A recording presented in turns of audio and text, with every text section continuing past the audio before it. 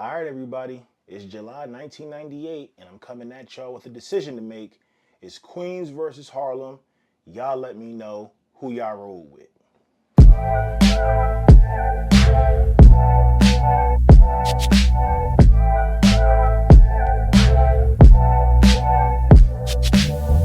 Yo, welcome back, everybody. It's your boy, Lord Pooba, back at you once again with another episode of Tape Deck Selects. Now, episode before this, I gave you guys Cameron Confessions of Fire. Episode before that, I gave you guys Noriega's first album, N.O.R.E. Now, we're going to see who had the better debut album. Both of those guys came out in July 1998, and I personally believe there's only one winner in this situation. Let's get into it. So N.O.R.E dropped his debut album on July 7th, 1998. Source gave him 4 mics. Cameron dropped July 21st of 1998, and he got 3.5 mics. Both debuted under very different styles. You had Queens grit and comedy versus that Harlem swag.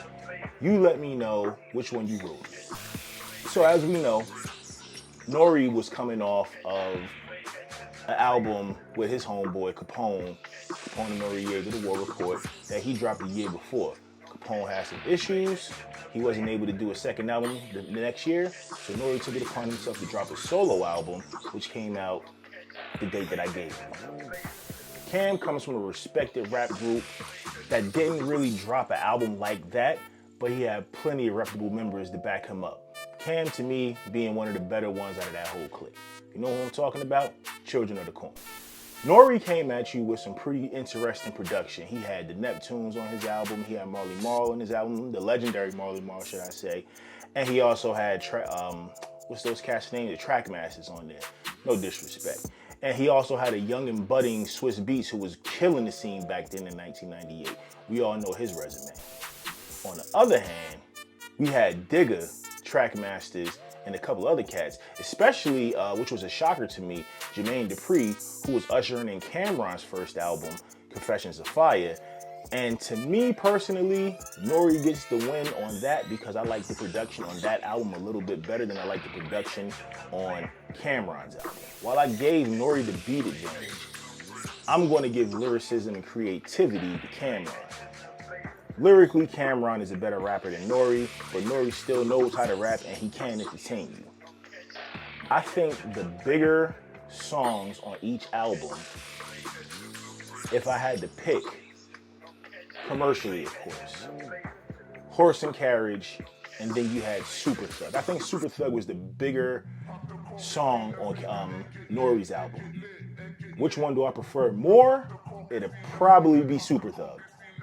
Who had more hits on the album, like that everybody could kind of just vibe with, I'm also good at the N.O.R.E. But Cameron still gave you hits on that first album. The beats just didn't complement the rhymes, and I think he picked back up at the end of the album, which gave us, how should I say this?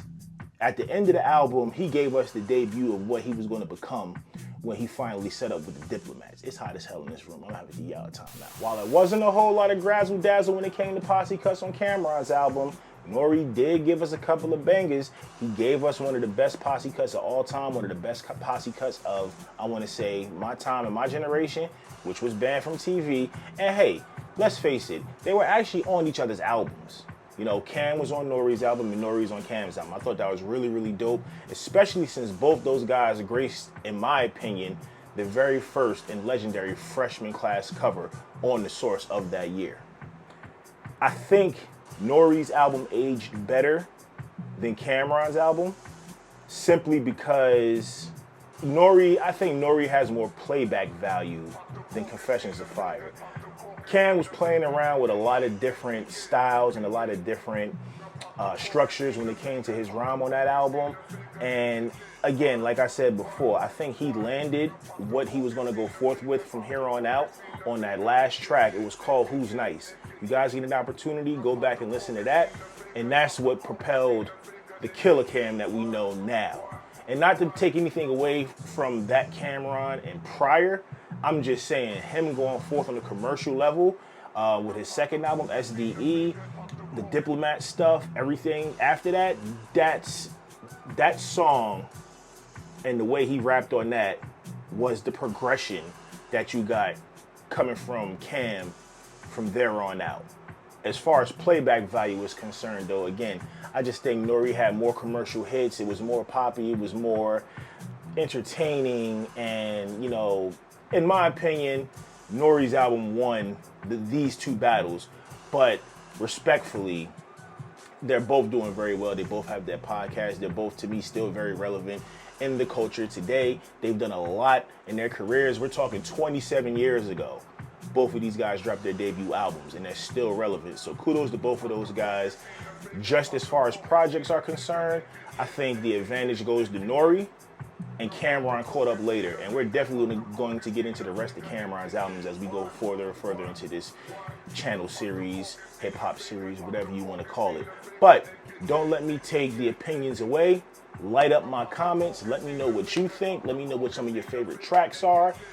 Like, follow, subscribe, do all that other stuff that the other YouTubers be telling you to do. Do it here. I appreciate y'all, and I'll see y'all again in August of 1998, where I got 3 more bangers that need to be covered, and I hope you check in. All right? Peace.